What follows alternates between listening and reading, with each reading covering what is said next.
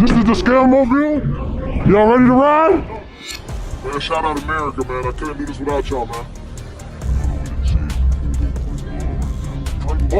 We just show y'all what y'all could do if y'all wanted to get rich.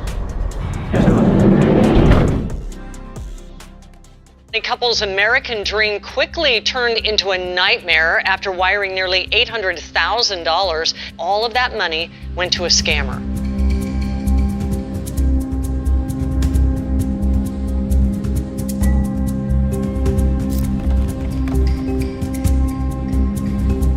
How many times a week would you say you punch a meal? 7 times a week, every day. Oh my God. Is that your fork or what is that for chicken?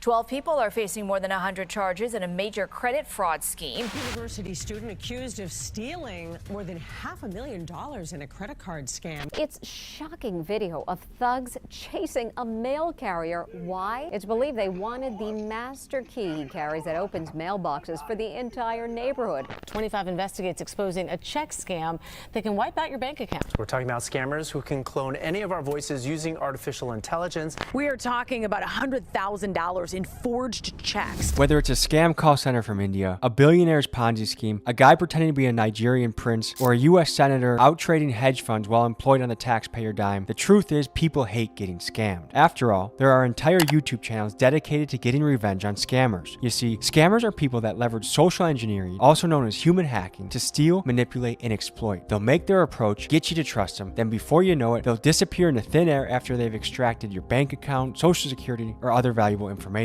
Today, we dive into the world of fraud and scamming, and we uncover how some of the scams are happening right now. We'll cover the biggest scam that's ever occurred in U.S. history, and we'll talk to the scammers to see how they think and what motivates them. And by the end of this, we'll provide you with tips on how you can avoid getting scammed yourself. This is the world of scammers. Let's dive in. There are people out there looking to exploit your data for their own gain. With scammers like this out there lurking, it's a good idea to protect yourself. To guard against shenanigans like this, I use the sponsor of today's video, Delete Me, to help keep my footprint off the internet. What Delete Me does is they go after the data aggregators that are out there on the internet that are trying to sell your information. With nutcases out there trying to dox you and steal your bank information, you've got to take action.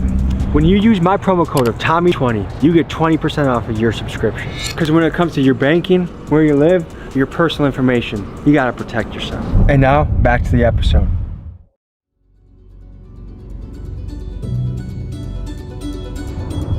Folks, today we're diving into the world of scamming.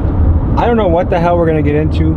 I'm excited, but apparently in the city of Minneapolis, scamming is a big business. Minneapolis woman calls it emotional hacking. Scammers drained $800,000 from her dad's bank account. LaSalle University student accused of stealing more than $500,000 in a credit card scam. Foster was doing fake transactions, marking items up in price, then returning them for the original price while pocketing the difference in account of her own.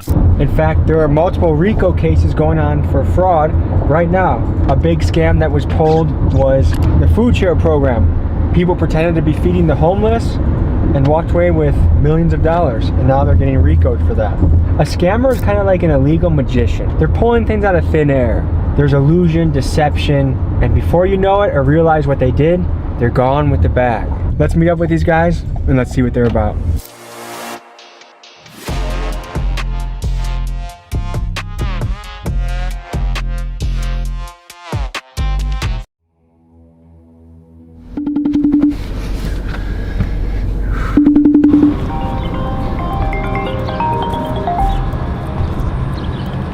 Yo, my boy. Is that you? Yeah, this me right here. I'm in that rental car, that white car. Alright, bet I'm finna walk over there. Okay, here, door's unlocked.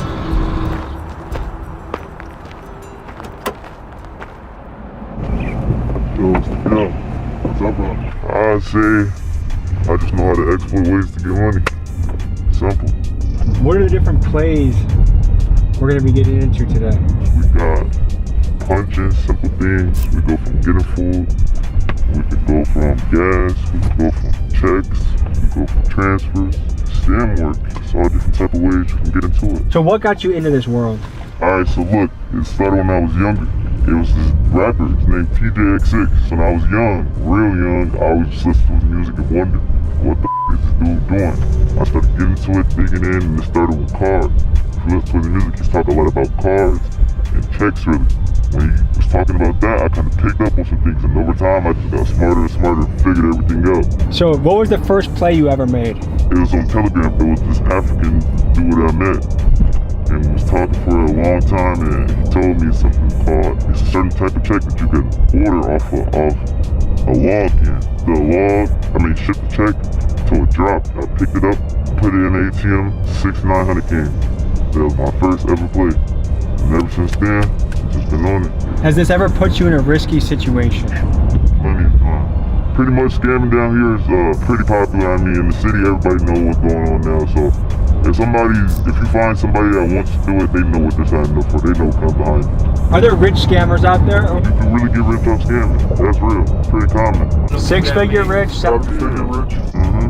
That's real. Rather than judging these kids, I wanted to try and put myself in their shoes. Now, I know I'm overgeneralizing here, but here's a theory I'm working with. A lot of these kid scammers are from Gen Z, and this is the generation that saw their parents lose their house in the 2008 mortgage crisis as the bank executives responsible got rewarded by multi-million-dollar bonuses, and the banks that fundamentally scammed the country got bailed out by the tax money of the very people they scammed. So essentially, these kids witnessed a financial system that openly didn't give a shit about them or their parents, so heck, why not pull a scam of their own? And kind of explains the sense of nihilism that we've seen creeping into this Gen Z generation. Whether you talk about scammers, the Kia boys, or just an overall sense of I don't give a f, because it seems like the world around them is crumbling. Now, from a cultural standpoint, we've seen the rise of scam rappers, guys like Baby Tron, TJX6, and Punch Made Dev, and these are guys who look effortlessly cool, ridiculously rich, and they seem to be easily getting away with scams on major banks and institutions. So yes, it's easy to point the fingers at the scammers you see here, and yes, they have a moral responsibility of what they are doing, but are they not just an underworld byproduct of a system that white-collar scammers created? I don't know. That's just a theory I'm working with. Do you save much of your money? Yeah. I'm not scamming long term to be scam guy for the rest of my life. This shit's all like, with anything you do, any hustle, all that shit just quick until you move on to your next, you feel me, next steps. Have you ever been almost caught by law enforcement?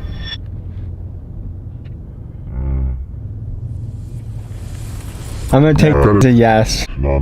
Pause me. Think yes. Think about it, but nah, never. How much does an IP address come to play with what you do? It gets deep. That's like your address. I don't know. Like, you feel me? That's like your internet address. So. For most of the things you do you have to obscure your IP address? Yeah. Is that difficult to do? Nah, average person could do it, I'd say. So it doesn't affect a human at all, you think? Everybody has committed a scam before in some way. Some people do different types of scams. Some people do insurance. Some people do home scams. You know, it's all different types of scams. I look at it as I'm not taking money from a human. You know what I mean? And I don't think I'm a bad guy for it. You feel me? Let me see. We just got a package. How much money are we talking right there? 17K, bro. What you're about to see is called punching chicken. Now, punching is lingo in the scam world that refers to the practice of using the dark web to get somebody else's credit card information and doing an online order to punch the item. You can punch chicken, pizza, presumably anything you can buy online. Here's how it went down.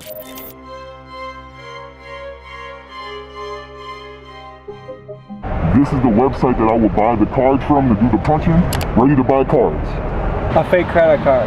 A real credit card, but it's just not ours. And how much money does it have on it? It depends. I wouldn't necessarily say I know the exact amount. Certain banks, they give you the ability to check. You can call the bank and you can check how much. But I would just be buying a card based off of the knowledge that I already know. There's something called a BIN. A BIN is a bank identification number. Now, depending on what BINs you have, you might got a card that has thousands on it, you might got a card that has millions on it. There's no telling them. It's luck of the draw. Basically, yep. So these are cards that someone physically stole, like at the gas station? It fell on the ground, they picked it up, they uploaded it to a website, and then it sold to a bidder like you, or how does that work? Basically, yeah, kind of like how you just explained it. I wouldn't necessarily say it comes from people picking them up off of the ground, but more so scammers. They have machines that you can put on. For instance, at the gas station, you can put a skimmer on the machine where the people put their cards into, and then from there, you'll get about 1,000 hits. Now, depending on how many people put their card in that specific machine where you put your skimmer at, that's where all the card information will come from. Does the skimmer also capture your PIN? Yes, it does.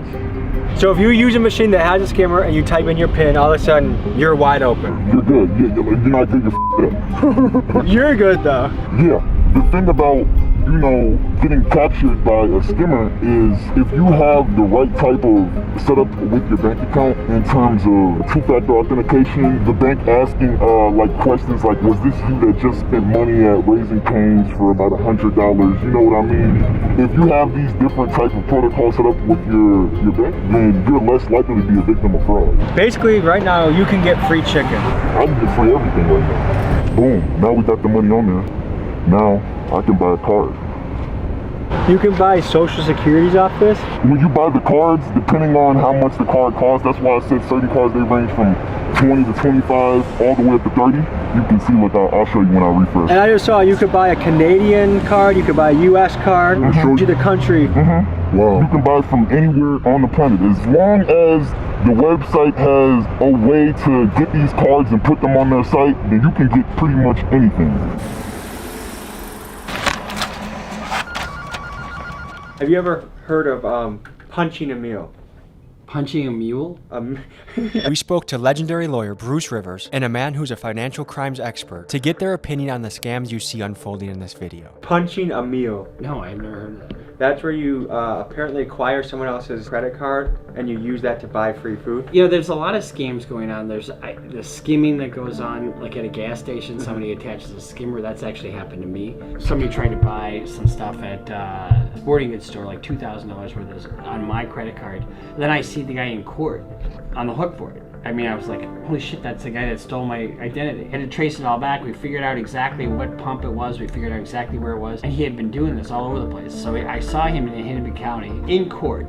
And my thing happened in another county. He was doing it all over the place. A lot of times what's going to happen is you go to try and do a touch pay. It doesn't work. That's part of the plan. They want you to scan your card. So they actually will have a module, something that's identical looking to the actual card swipe, overlaid. Physically go and try and pull it off. If it doesn't pull off, you're good. If you can go inside and pay the gas station attendant, ideally in cash, avoid this whole digital footprint process, you're gonna be a lot safer. You see any sort of fraudulent activity on your account, immediately contact your bank. The sooner that you can contact the authorities, law enforcement, it's gonna be much easier to get your money back. When there's delay in space and time, scam, with any sort of financial scam, it's much harder to get your money back. If you really want to get specific on which one you want to buy, you can type in your bank identification number. So I'm going to type in a bank that I know is going to work. This is a bank called Wings Financial Credit Union. Very, very high class bank. So when you're doing simple punching for you know, food and shit, like we talked about, yeah, Cane's might take $100 loss today, but that person whose card I'm using, they're getting all their money back, 100% guaranteed. Well, I've heard people that get scammed and it can take 30 days for them to get the money back in their account. The average American has $1,000 or less in their savings. So if you scam the average American and rent's due, they might not have it because of the scam. You are right, but in terms of them never getting their money back, I know for a fact that they'll get their money back. Somebody just texted and said he's seen the police. Somebody just texted him and said he's seen the police. Yeah, we gotta get out. So we're outside of a Cane's Chicken. How often do you guys get free meals like this? Every day I eat free every day. Everything I do is almost free. So the customer name is right? Yes. Thank you, actually. Look. Visa, credit card, ending in 75.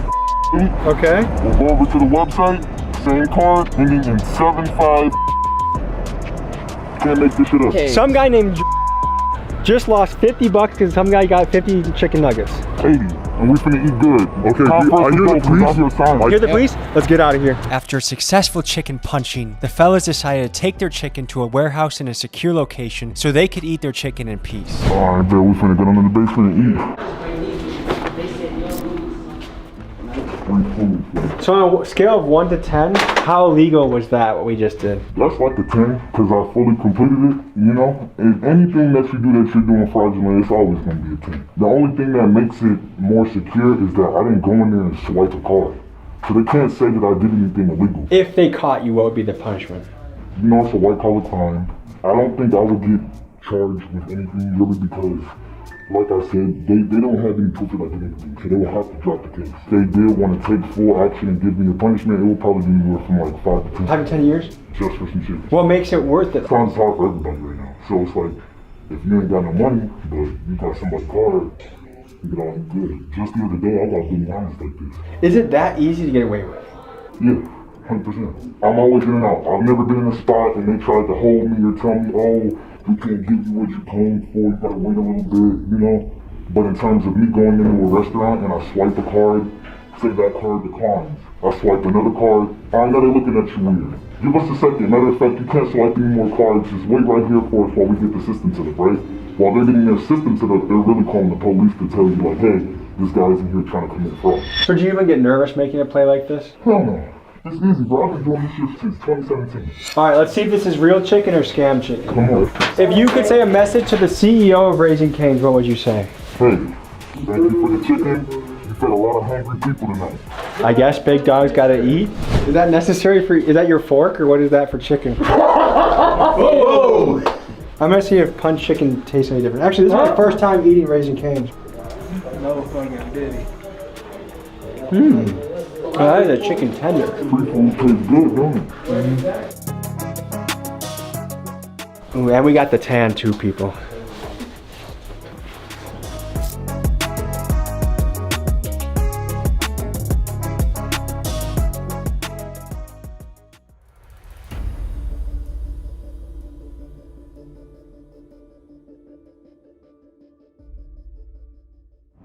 I had something to change around with the car because it weren't grabbing, the CVV, but we had the code to change that shit around, take care of that. Alright, boss, so the page ready to go? Yeah, for now, once this nigga wake up, motherfuckers probably gonna get this sent out on today or tomorrow. I'm gonna give his ass a call, wake his ass up. So, the guy that's sleeping, what role does he play? The guy that's gonna wake up? So, the guy that's sleeping plays a very important role. He's the one that do send-outs.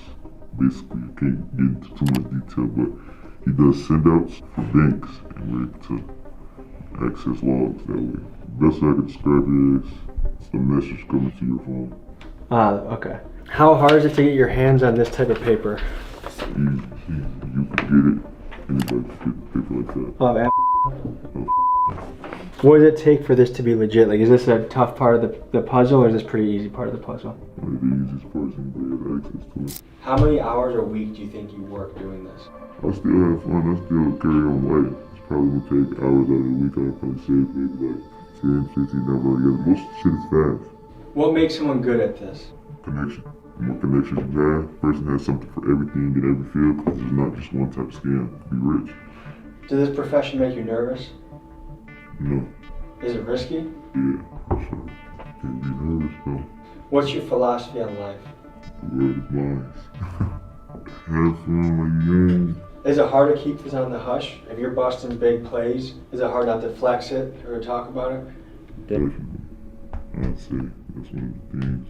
Now I'm getting to the point where I've been doing it for a minute. I don't care anymore. You know, I do it so like I won't even post. What's your specialty? Have different specialties. You always level up, so I can't say I have like one good specialty, but I can do anything that I want. That's another thing. I think my good specialty is I can figure out whatever I want to learn. Anything. Were you good at school? Yeah, I was good at school. Did you like school?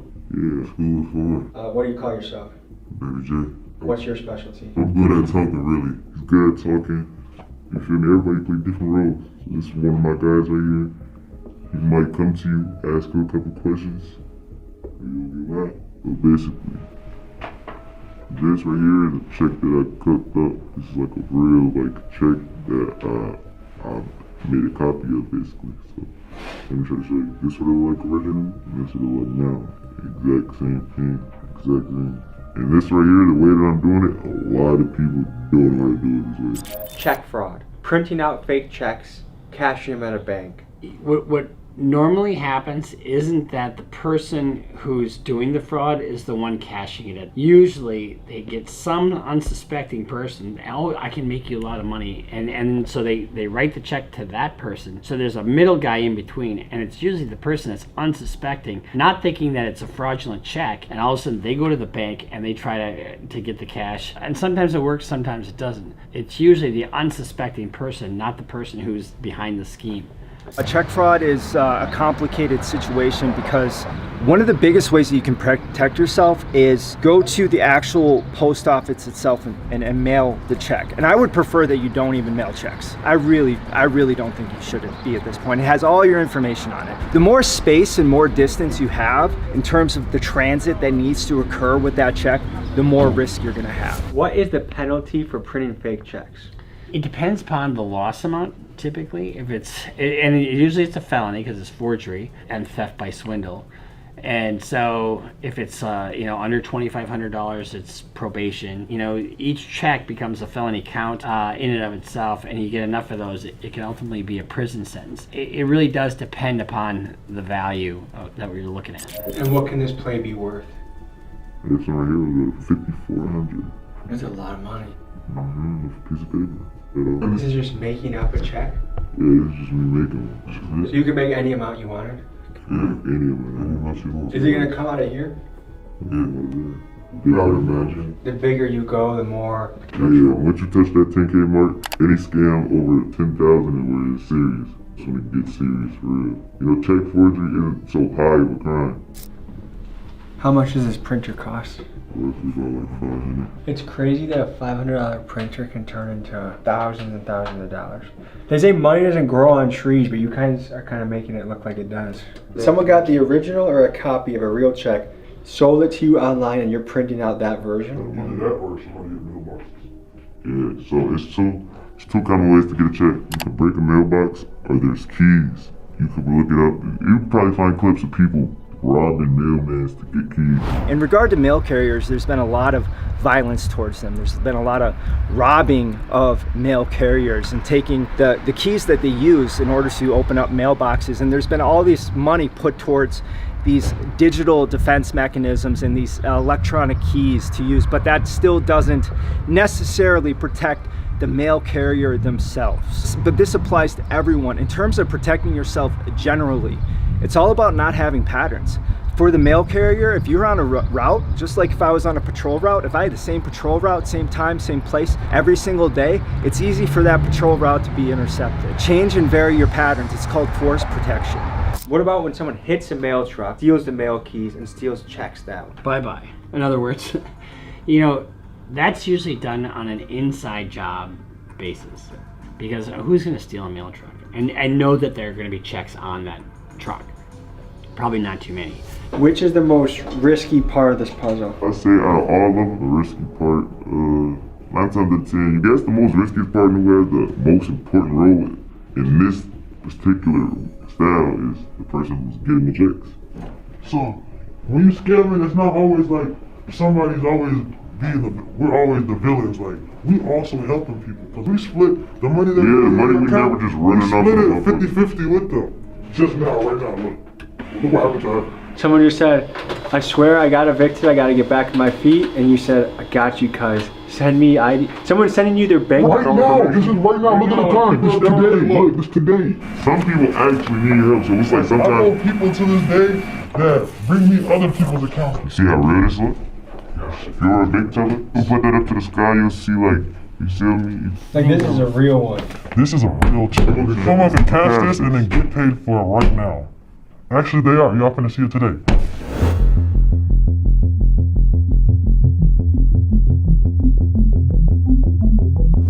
We can only fit so much into a YouTube video. All of this will be available at Patreon only. Highly recommend you check that out. Link is in the description. Would you say this is up there, Miguel, for things you've done? Top 3 for sure. This is fucking ridiculous, dude. I'm not exactly sure what we were about to do, but it feels sketchy. The first scamming video I put out, people are wondering, is this guy for real? Is he scamming us and believing that it's real? But like the casualness of which we're doing some of these things is like, Ball see what the fuck going on, man. We cracking the cops, not safe. We are cracking the cops, not safe. It is less dangerous. Do not get killed trying to crack a safe. We cracking cops. Please do. Please do not. So does Minneapolis feel lawless right now? Certain parts is lawless. I'm not gonna lie, this whole city is known for scamming. That's like the biggest thing. Like even from the politicians to our parents to other people's parents. How do the politicians scam? They're in on a lot of shit. They get paid bribery and shit. Like they're into like the non-profit frauds and shit. Politicians here, they're dirty too. They play dirty games. Even the police even play dirty games. He's not going to mention some of the biggest scams going on. Here's a look at something that's actively happening in the city right now. Here it is. One of the largest scams in United States history happened right here in Minneapolis. During the pandemic, the Minnesota Department of Education was tasked with overseeing the handout of meals to kids, the needy, and the homeless during the COVID era, and they delegated local supervision to nonprofits like Feeding Our Future. What happened next was a tsunami of swindling. These nonprofits fraudulently claimed to be feeding thousands of kids a day within just weeks of being formed. Not only were literal tons of food wasted, but the fraud ended up costing the US taxpayer about $250 million. As of now, there are dozens of people being indicted and brought to trial, and to this day this stands as one of the biggest scams in US history. In the gritty streets of Minneapolis, mama doing dope, daddy got no hope. He just scared me. The system scammed us out of both our parents. CIA bought dope to the motherfuckers in the city. And my daddy, they got him out the way. Man, y'all pay no child support. It's cool though, bro. Cause you know we gonna do, we gonna grind, nigga. This that shit that we love, nigga. We love making that money out here. We gonna do whatever it takes to make that money out. This shit get wicked out here for real. And I'm not a bad guy. I'm not gonna say this like I'm the biggest, baddest guy to do this to people and shit. Nah, bro. I just do this to get my people together. You hear me? What percentage of scammers would you say are balling, and what percent of them would you say are actually kind of broke? They're not bullshit scammers. Like, there's always the one main person, then there's the middleman, then there's the middle's middle. You know, like, it's like a tree. One person passes a card to one person, that person gets passed down to the main person. The main person is the one who splits the money to everybody and decides how much everybody else is going to do. So all scammers are not rich. That's another thing. Like, you can be a scammer and not have a way.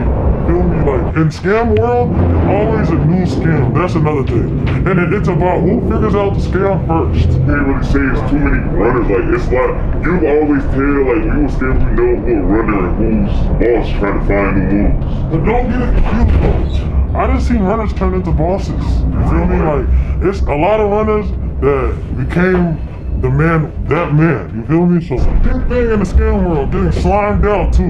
What is that? Slimed out is like, say Mexican, brother just did a move, and you like, I'm not paying you, or who you brought. It's over with, I'm taking the whole bag.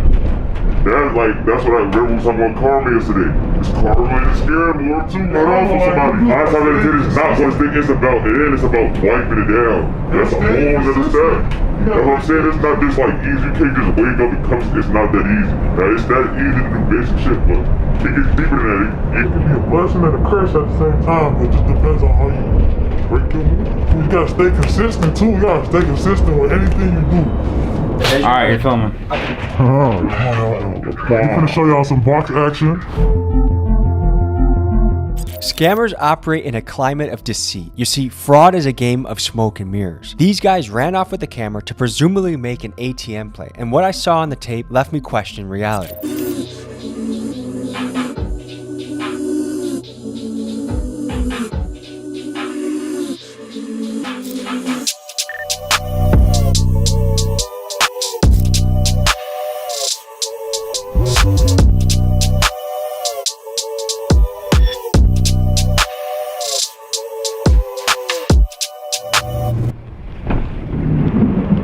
That's some great footage. See the police? Where do you guys see him? Of course, you guys were out there for like fucking 20 minutes in ski masks and glasses. We had a little technical difficulty. You'll see the dead.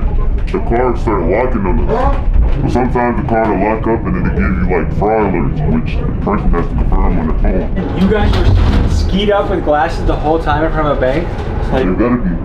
How is that not, like, do you guys feel like you guys are out there for way too long? Time limit, and what can they possibly do for real? One of the things that comes to mind is what we are seeing, is that even real? And what makes me think it is real is that they took 20 minutes outside of this van, they got fraud alerts on their phone. If they were just taking money from their own account, it would have been in and out in a minute or two. But this also brought up more questions. Now, remember earlier in the episode when I was talking about the sense of nihilism that I have noticed in Gen Z? When they do things like this, their nihilism can come off as quite sinister. I mean, scamming people, banks, grandmas, restaurants, it's pretty crazy. But what I think is the source of all this nihilism is a lack of hope. And why I think a lot of Gen Z has no hope. I mean, this is the first generation in American history that's projected not to do better than their parents. These kids have inherited this world where they can't afford anything. The food, the housing, the college, all of it is sky high. And the people making the rules, their government, is this lazy, lousy bunch of bureaucrats that openly cheat all of the time. So a lot of these kids, I think, have just said, F it. The world is fake, the world is a scam, and I'm gonna scam the world. I'm gonna get mine for myself at any means necessary. I'm gonna cheat the system that I feel cheats me. But what do I know? I'm just trying to make sense of what I'm seeing and figure out the world. That was a look into the world of scamming. Any final thoughts, fellas? Man, we didn't give y'all everything. We didn't get a chance to give y'all everything, but And we won't give y'all everything. we will not. We love y'all. We don't scam people for a living. We help people out. We took a deep dive into this world. Thank you for joining us. We'll see you next week. Peace. If you want to keep yourself safe on the internet, consider checking out the sponsor of the video, Delete Me, and use code Tommy20 for 20% off your subscription. And lastly, new shirts hit the site. Scoop it up. Big Dog Summer, baby. Peace.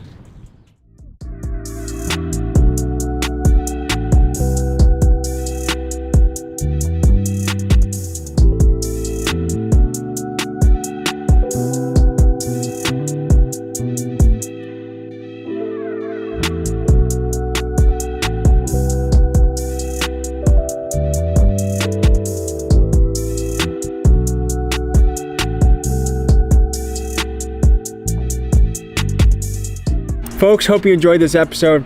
You want to watch another? Here. You want to subscribe? Over here. See you next week.